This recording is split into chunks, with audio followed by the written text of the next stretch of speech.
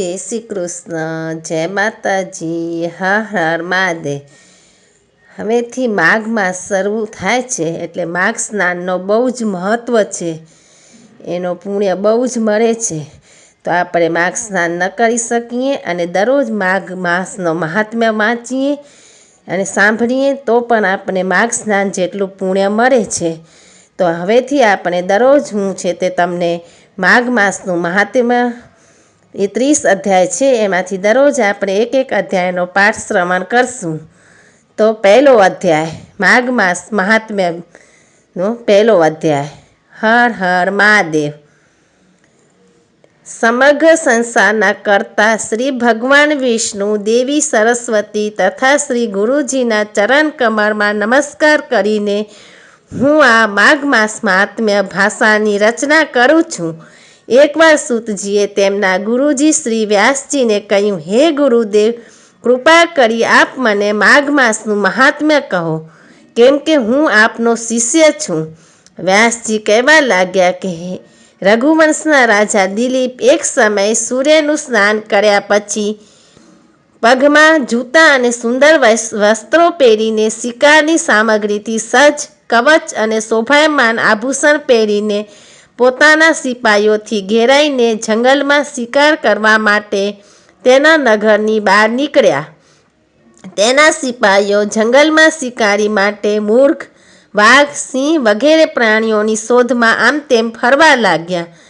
તે વનમાં વનસ્થલી અત્યંત સુંદર લાગતી હતી। જંગલમાં ક્યાંક વૃક્ષો પર મોર નાચી રહ્યા હતા, ક્યાંક હરણાના ઝુંડો ફરતા હતા, ક્યાંક ગીધ ભયંકર અવાજ કરી રહ્યા હતા, ક્યાંક ગેંડાના સમૂહ હાથીની જેમ ફરી રહ્યા હતા, ક્યાંક વૃક્ષોની બખોલમાં બેઠેલા ઘુવરો ભયંકર અવાજ કરતા હતા, ક્યાંક સિંહોના પદચિહ્નોની સાથે ઘાયલ હરણાના રક્તથી ભૂમિ લાલ થઈ રહી હતી, ક્યાંક દૂધથી ભરેલી થનોવાળી સુંદર ભેંસો ફરી રહી હતી, ક્યાંક સુગંધિત ફૂલો, લીલી લીલી લતાઓ વનની શોભા વધારી રહ્યા હતા, ક્યાંક મોટા મોટા વૃક્ષો ઊભા હતા, તો ક્યાંક તે વૃક્ષો પર મોટા મોટા અજગર અને તેની કંચુકીઓ પણ પડી રહી હતી।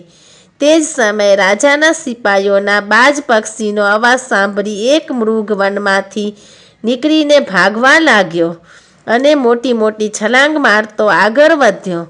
રાજાએ તેની પાછળ પોતાનો ઘોડો દોડાવ્યો, પરંતુ હરણ ખૂબ જ શક્તિથી ભાગવા લાગ્યો।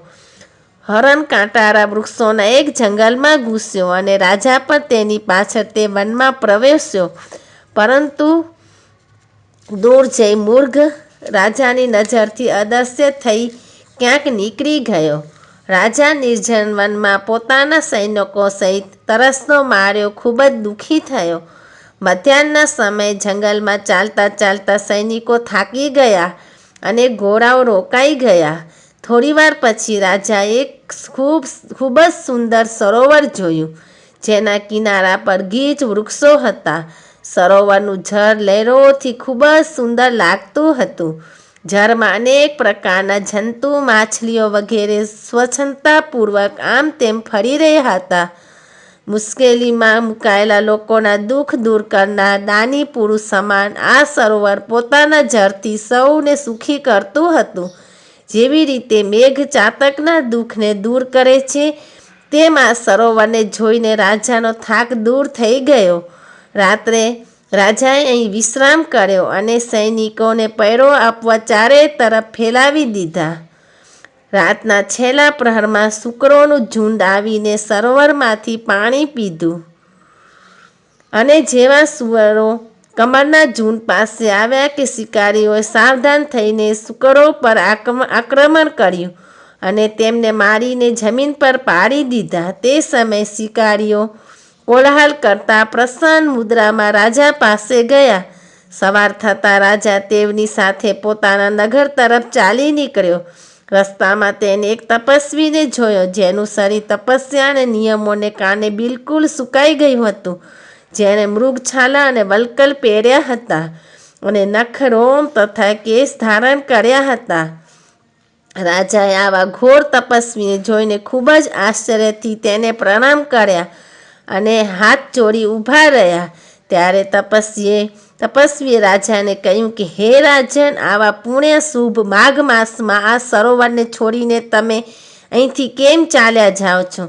ત્યારે રાજા કહેવા લાગ્યા કે મહાત્મા, હું તો માઘ માસમાં સ્નાનના ફળ અંગે કાંઈ પણ નથી જાણતો.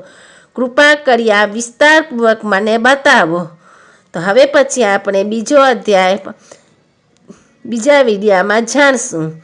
તો આ હતો માઘ માસનું મહાત્મ્યનો સંક્ષિપ્તમાં વર્ણન. હર હર મહાદેવ.